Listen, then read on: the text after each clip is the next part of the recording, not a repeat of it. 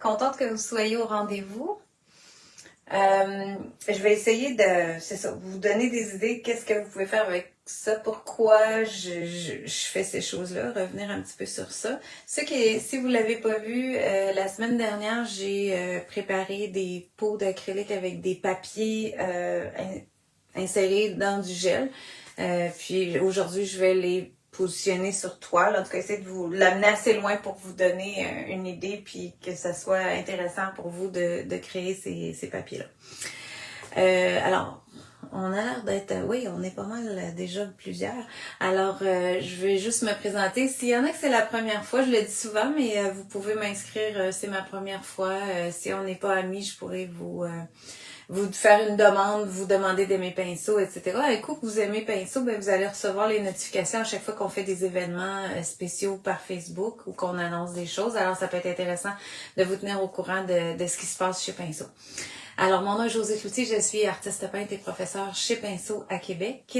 Pinceau est une boutique au 2990 Chemin Sainte-Foy à Québec. Alors, vous pouvez venir en magasin. On a des grandes classes, on a plein d'ateliers. Il y a plusieurs artistes qui viennent donner des séminaires aussi, c'est-à-dire des cours qui vont durer une journée. Ils vont vous parler de leur technique, comment ils font. On a vraiment une belle gamme d'artistes qui viennent de plus en plus. Alors, c'est super intéressant. On fait des directs comme ça presque à chaque semaine, alors où on vous présente différentes techniques, ou des fois c'est des produits, ou des fois je vais vous montrer des nouveaux produits, des fois ça va être des techniques, des fois des façons de faire, vous expliquer les pinceaux, les différences, vous expliquer les pâtes, tout ça. Alors c'est le fun d'avoir une banque de renseignements, puis vous pouvez toujours aller voir sur YouTube pour revoir ces vidéos-là. Alors ça vous fait vraiment une façon d'aller rechercher une information. Donc, je vais tourner ma caméra, vous montrer ce qui est sur ma table et on va pouvoir, vous allez mieux comprendre. Ce que j'ai ici sur ma table, c'est les panneaux de la semaine dernière. Alors, j'avais ici vous voyez encore à travers, là, c'est un sac de plastique tout simplement du magasin. Et j'avais des papiers. J'ai resserré les papiers, mais en tout cas des papiers japonais que vous voyez ici le fini dentelle, j'ai le fini comme ça qui est le mitare. Alors il y a comme toutes sortes de filaments dedans. Puis là vous voyez mon gel a séché et j'ai du gel avec un papier dedans. Je pense enlever le surplus de gel si je veux autour. Et puis venir vraiment décoller les pots du plastique. Ah non, c'est pas le mitari, c'est celui avec les ronds. Je me souviens pas exactement son nom. C'est le papier, c'est le tama, celui-là avec les trous. Donc, ça fait vraiment une peau et vous voyez qu'il y a beaucoup de parties du papier qui deviennent transparents. Ça va faire la même chose si on le fait avec du papier de soie. J'en avais ici avec du papier de soie rose comme ça. Alors, tu vois, je les ai laissés un par-dessus l'autre, là, à ne pas faire. Ça colle vraiment beaucoup. Il vaut mieux les mettre dans des pochettes de plastique séparées si vous voulez les conserver. Vous voyez, ça, c'est un papier de soie fuchsia. Donc, il est resté vraiment très fuchsia dans mon... très fuchsia, mais je veux dire, il est devenu très transparent. Si vous prenez un papier de soie blanc, il va rester blanc carrément. Donc, j'ai les peaux transparentes comme ça parce que le papier, la semaine passée, quand on l'a collé, c'était un papier quand même qui a une blancheur. Alors, vous voyez comment ça devient transparent. Puis, ça décolle facilement là de mon plastique que j'ai juste à gratter une petite section. Puis là, après ça, je suis capable de tirer et de relever pour me donner un papier plastifié. Alors, ce qui va me permettre de le plisser, puis de le coller, puis de garder des épaisseurs sans avoir peur que mon papier soit pas protégé d'un fini acrylique. Donc, c'est pour ça que je fais ça. J'avais la petite feuille, comme je vous avais montré ici, dans le bout de mon ruban. La petite feuille, je voulais qu'elle soit plus solide. Alors, c'est une petite feuille comme une petite feuille en soie. Je l'ai plastifiée aussi. Après ça, ben, je peux prendre un petit ciseau, venir la découper précisément. Puis j'ai quelque chose qui est beaucoup plus solide, beaucoup plus protégé. Puis la peau autour est très mince. Donc ça, la plupart du temps, je vais la faire disparaître pour continuer à travailler mes sections qui sont plastifiées. Fait que lui, là, tu vois, ce grand-là, il faut tester quand même le plastique sur lequel vous le faites, là. J'ai testé une autre sorte de plastique, puis ça décollait pas bien. Alors, j'ai réussi à en décoller, mais il y a des sections qui n'ont pas décollé. Fait qu'il faut vous assurer que c'est un plastique sur lequel l'acrylique n'adhérera pas complètement. Parce qu'il y en a qui vont adhérer. Okay. Alors, un sac de plastique bien ordinaire comme ça. Le napperon qu'on vend chez Pinceau de DecoArt, il fait bien aussi, là. Si j'ai gratté comme ça, vous allez voir le Inrio. Là, on voit bien sa transparence du papier Inrio. Je suis capable de vraiment bien décoller la peau, puis j'ai un fini plastifié des deux côtés. Le coton fromage aussi. J'avais inséré 2 cotons fromage, un dans l'autre, avec les petites fleurs séchées dedans. Puis ça a devenu complètement transparent. C'est devenu complètement transparent. Donc, si j'avais teint mon coton, j'aurais eu de la couleur dans mon coton. Mais pour ma part, je préfère travailler sur des fonds colorés. Fait que ça, je veux pas trop avoir de couleur pour commencer. Je préfère aller chercher la texture du coton. Fait que ça, si je l'enlève, là, j'ai une belle bande de coton fromage. Et elle est beaucoup plus solide. Tu sais, si je veux la plisser, je peux le faire. Elle va tenir beaucoup mieux avec une forme dedans que si je l'avais dans le petit coton mou. Quand je mets du gel, ça devient tout collé directement sur la surface. As-tu essayé avec du papier parchemin au lieu d'un sac de plastique? Non, mais ça marcherait. Mais non, j'ai pas pensé à ça. Mais oui, oui, un papier parchemin, ça marcherait. Ben oui, de cuisine. Je prends ça pour plein d'affaires. Mais c'est ça, quand j'ai commencé à faire des pots d'acrylique, je les ai faites sur du plastique comme ça. Puis j'ai continué. Mais oui, je suis certaine que ça marche. Il n'y a rien qui colle là-dessus. Donc ça marcherait. Papier parchemin de cuisine, c'est une très bonne idée. On a presque tous ça dans nos cuisines, donc c'est peut-être même encore plus facile. Puis bon, ça va faire la même chose. C'est une surface lisse aussi, donc ça va fonctionner. Puis là, ça me fait vraiment un coton que je peux travailler. Fait que là, je vais vous montrer qu'est-ce que j'ai fait un peu avec ça. Arrêtez d'en décoller. Je voulais surtout vous montrer que c'était facile à réenlever après. Puis ceux qui ont de la couleur, ben là, c'est sûr que je vais les utiliser dans des sections qui vont être ça va me limiter un peu pour colorer mon projet, c'est-à-dire que je vais devoir les utiliser avec une couleur qui va agencer avec ça. Fait, je m'enlève ça et je vais vous montrer les petits projets que j'ai commencé pour vous donner un peu des idées. Là, c'est sûr que moi, j'ai fait ça souvent avec des élèves, puis on a créé toutes sortes de textures avec ça. Ici, j'avais un fond déjà fait, abstrait, avec toutes sortes de couleurs. Vous m'avez déjà vu travailler un peu ça. J'ai le papier Mitari qui est dans mon gel. Je pense que je les ai toutes faites avec du gel la semaine passée. Je me souviens plus exactement. Mais je sais qu'avec des élèves, on en a déjà fait avec juste du Bendex. Ça fonctionne. Puis le gel, il fait bien aussi. Puis là, je vous dirais que je ne sais pas si c'est tout avec du gel ou si j'en ai fait avec du Bendex aussi.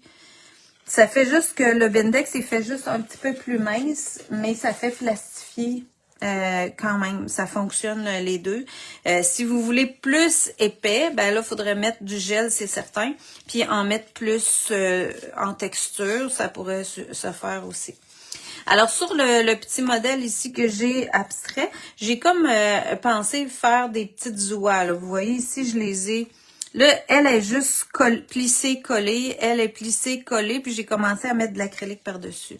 Alors, là, ça demande un petit peu d'imagination, puis de sculpture, si on peut dire comme ça, c'est de vraiment travailler à plisser le papier, puis lui donner une forme que vous aimeriez.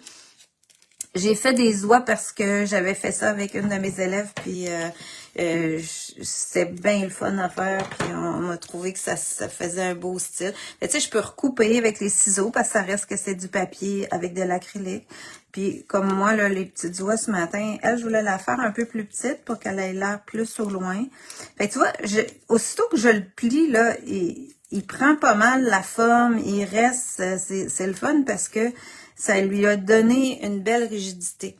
Fait que si je veux créer un peu une oie comme ça, mettons je fais le corps comme ça, là je pourrais y faire un coup en twistant un peu. Puis je vais arriver ici avec la tête. Puis là, ben, je pourrais reprendre mes ciseaux, puis décider de ce que je veux comme forme et en enlever une partie, tu sais. Puis venir plisser un petit peu ce bout-là là, pour avoir un espèce de bec. Mais ça va quand même être une forme semi-abstraite, hein, on s'entend, ce sera pas... quel gel tu utilises? Le gel que j'ai pris la semaine passée, j'avais le gel brillant comme ça, Liquitex. C'est le gel régulier. Le Bindex, ben, c'est les tubes comme ça de PBO. Le gel, vous pouvez l'avoir en... Moi, je dis régulier. Le régulier dans le sens qu'il l'appelle gel brillant, tout simplement. Mais vous avez aussi gel brillant épais, puis gel brillant très épais. Moi, je vous dirais que comme pour appliquer mince, le plus épais, je vais juste le prendre au pinceau, je vais l'appliquer mince, ça va marcher. C'est juste qu'ils sont plus denses quand ils sont plus épais. Alors, il va retenir plus des choses plus rigides. Exemple que vous voulez coller quelque chose qui est lourd, quelque chose qui a une roche ou un gros carton lourd, on va prendre un gel de plus en plus épais. Ou si je veux une grosse texture qui reste, lui, il va garder un peu moins sa texture, mettons, que le gel épais. Mais si c'est le épais que vous avez, vous pouvez faire ça si vous l'amincissez avec un pinceau, ça va fonctionner aussi. Donc, c'est ça. Mais là, j'avais vraiment celui-là qui est plus léger et juste un peu plus épais que le Bindex. C'est peut-être encore gros un peu sa tête. Donc, soit que je la plisse quand je vais la coller ou j'en enlève. Je pense que je vais essayer de la plisser comme ça puis de venir la coller dans mon modèle. Fait que je vais me prendre un pinceau, mon gel. Je reprends le même gel pour coller. Fait que je pourrais coller aussi au Bindex.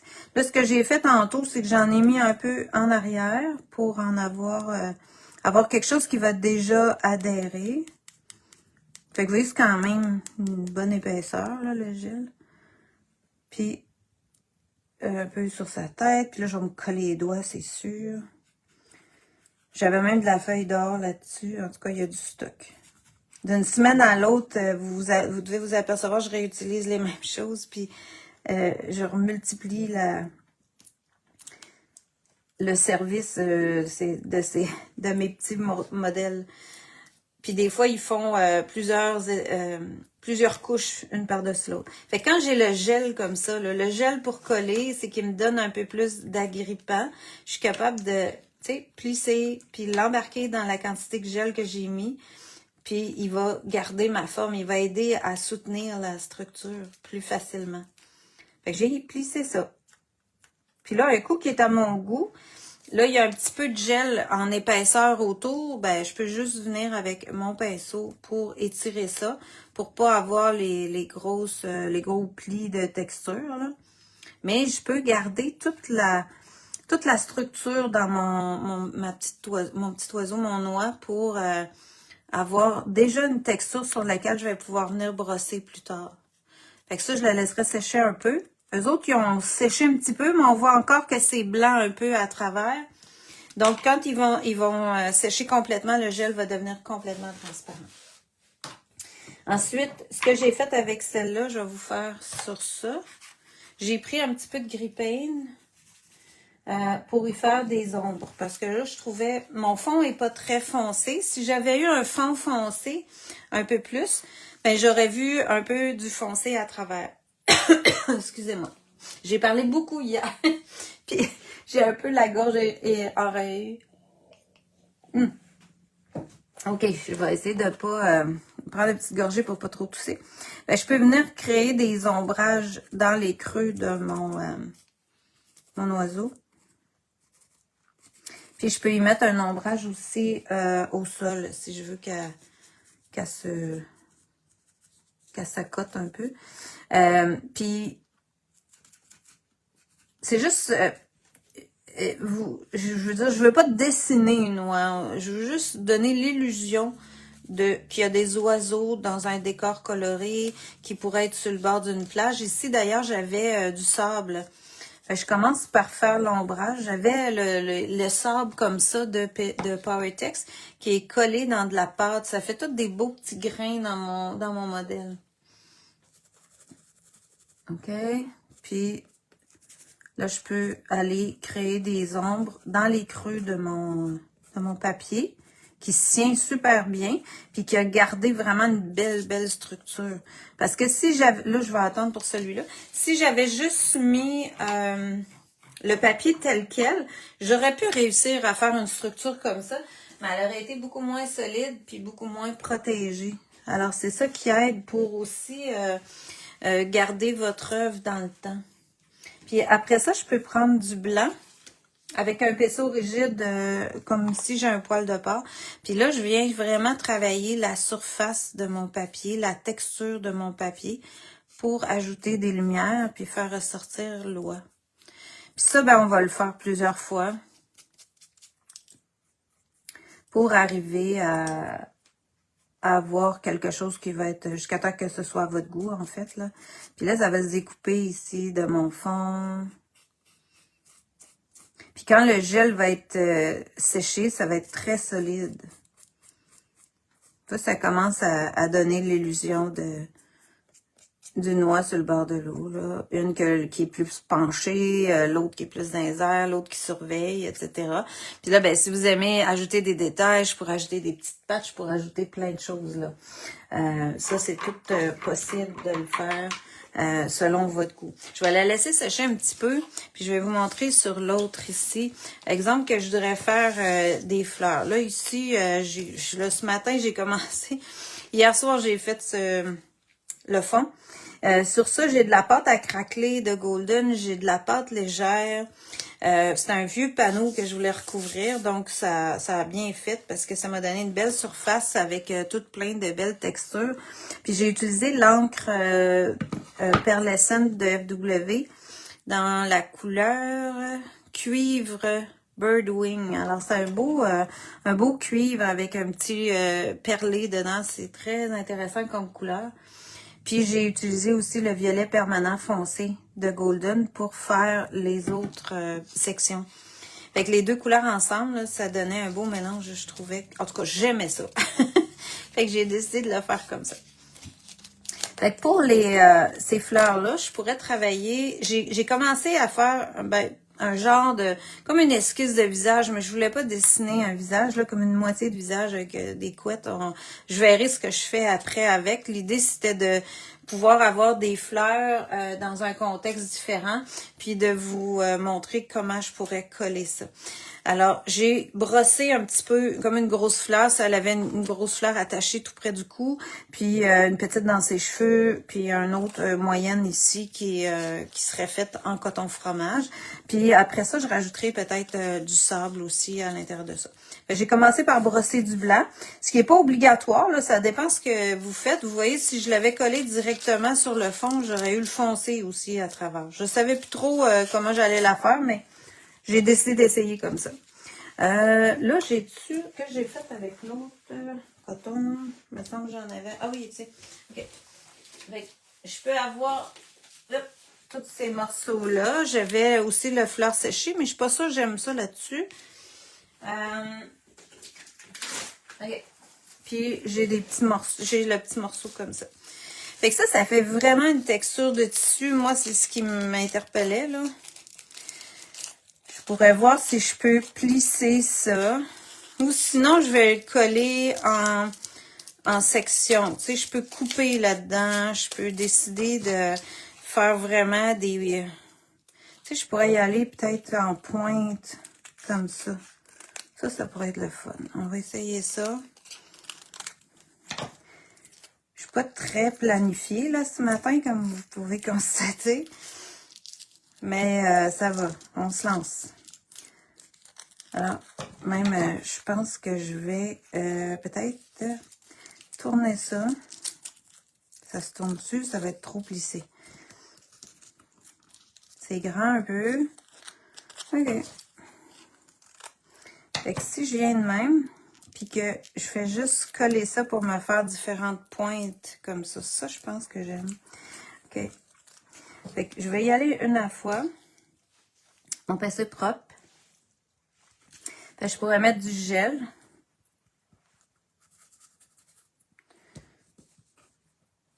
Puis là, venir placer un peu mon coton à travers de ça. Puis juste y donner toutes sortes de plis. Là, je vais le laisser un petit peu avec ces plis-là. Puis ça va me donner des textures sur lesquelles je vais pouvoir venir brosser. J'ai pas eu le temps de l'avancer plus que ça ce matin, là, mais je pense que ça va vous donner quand même des idées. Vous allez pouvoir créer à partir de ça, puis essayer des choses. Fait que je peux m'en mettre une autre, mettons ici, faire comme 4-5 pétales. Puis si je veux continuer dans le même style, ben je pourrais faire des plis un peu comme ça.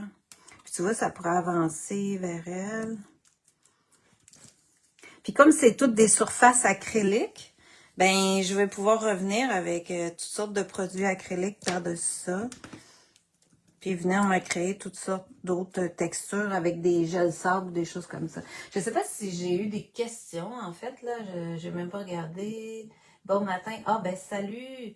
OK, attends un peu, là. Faut pas que je vais me ramener. J'ai perdu mon affaire. Parfait. OK, j'ai retrouvé. Bon, c'est bon. Hey, salut Lise, merci d'être là. OK. Fait que je continue avec ça. Puis, je veux pas rajouter du gel à outrance, là. Je veux garder ma texture de papier, de coton. Ici, je pourrais venir chercher peut-être... je vais y enlever ça. Ça pourrait être utilisé dans ma petite. Tu vois, j'aime beaucoup l'effet effiloché du coton. Bon, si je veux effilocher plus, ben j'ai enlevé un peu de texture de gel qui est collée là entre les deux.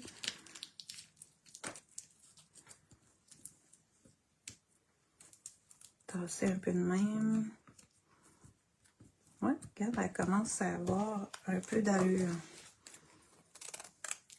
Souvent, ça prend un petit bout hein, avant de voir vers où on s'en va. Faut juste donner une chance, faire peut-être des petits essais. Comme ce que je fais là, c'est vraiment un vieux panneau.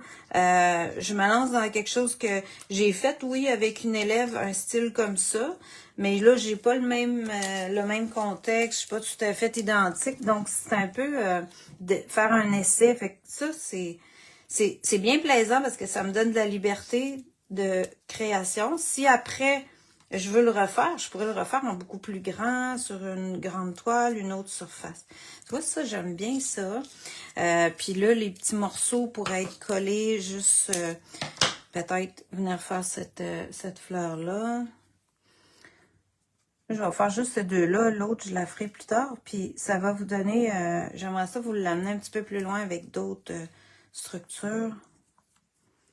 Parce que des fois, on a des produits et on dit « Ah, je les utilise pas. » Ben là, si je vous montre un petit peu plus loin, ça va peut-être vous donner des idées avec des choses que vous avez. Ah oui, ça va être cute. Ouais, puis j'ai pas besoin d'avoir nécessairement une grosse structure partout, là. Je parle souvent de tout ça parce que j'aime avoir des structures, mais tu vois, c'est pas... Oui, j'ai des plis puis tout ça, mais je suis pas dans une grosse épaisseur, là. Là, ça va sécher. C'est sûr que là, pour continuer à travailler, c'est un peu rapide, mais je peux vous donner une idée de ce que ça peut faire. Fait que c'est déjà intéressant. Là, j'ai beaucoup de blanc parce que mon gel est blanc. Puis j'avais mis du blanc en dessous. Bon, ben je pourrais décider de refoncer plus tard si je veux. Mais au niveau des structures, moi j'avais pensé rajouter du gel sable noir pour aller faire un effet un peu flou, puis avoir du sable qui pourrait, sur lequel on pourrait brosser aussi après. Fait que là, je peux prendre un pinceau assez rigide qui va être capable de venir chercher mon sable, puis en mettre autour. Je pourrais même en mettre un peu à l'intérieur ici pour créer des sections comme ça. Puis étioler ça autour, c'est-à-dire l'étirer pour avoir juste les grains. Parce que le sable, il va vous faire une belle petite structure, puis ça va rester là, ces grains-là que je mets autour. Puis ça va faire une surface sur laquelle je peux brosser par la suite. J'amène ça comme ça.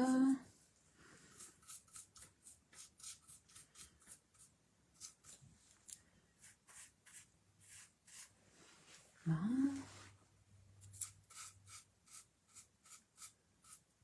Puis je pourrais en mettre plus un peu dans le cœur, puis juste étirer au contour. Si je trouve que j'en ai trop, là, je reviens, je l'enlève, tu vois, puis je peux faire fin.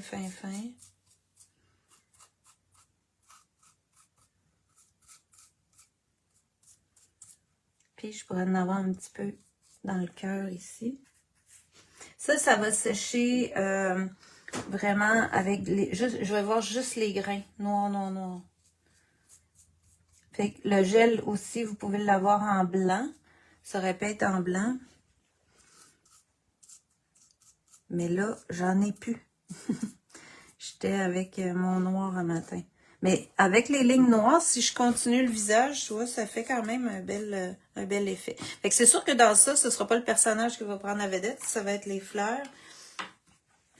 Et on avait mis avec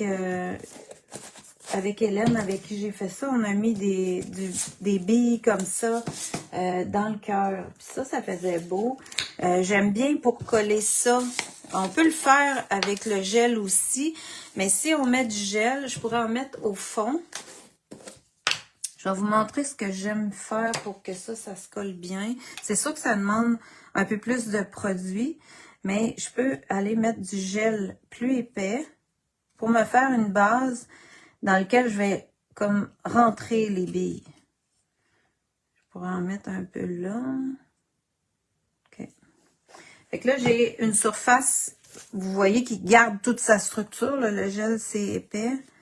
Qui va me permettre, quand je vais venir chercher ces billes-là, qui sont des billes comme un...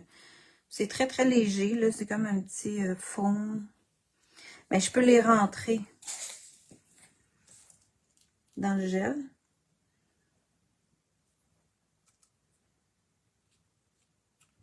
Puis, ils vont être bien solides sur la surface.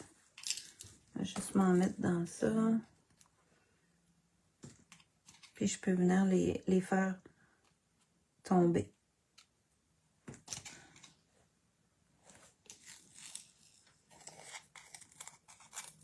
Puis, il y a toutes sortes de façons de faire ça. Hein. Vous allez voir quelqu'un d'autre, elle va vous donner d'autres trucs.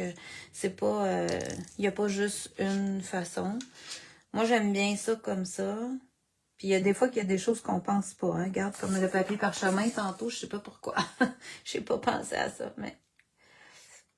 Quand on a des habitudes, des choses qu'on a déjà fait, on y va directement, puis on refait quand ça a marché.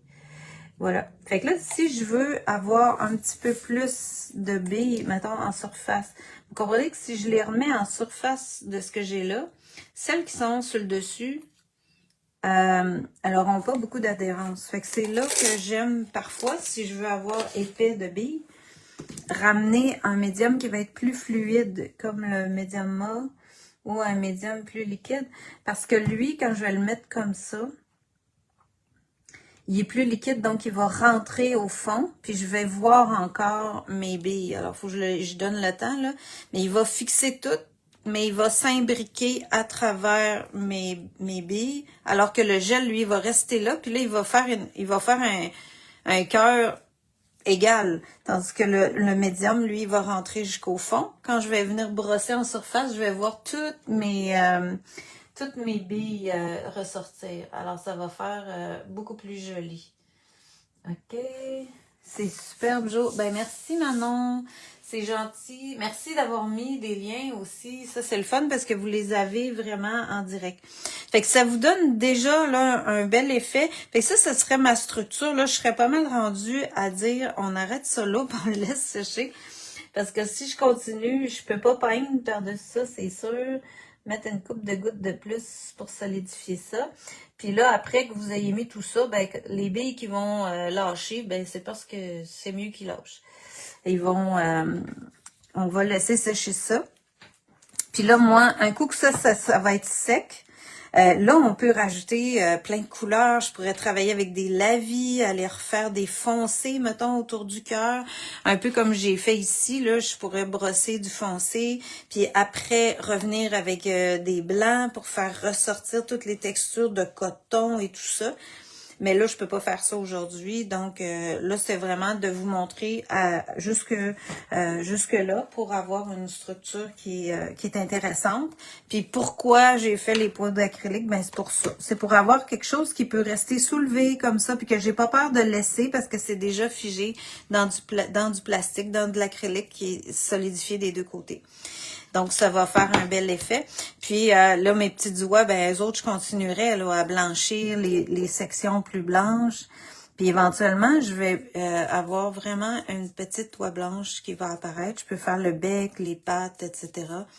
Puis je vais avoir un beau décor d'automne, le retour des oies. Fait que ça va vous donner des idées pour pouvoir créer avec les pots d'acrylique si vous en avez fait.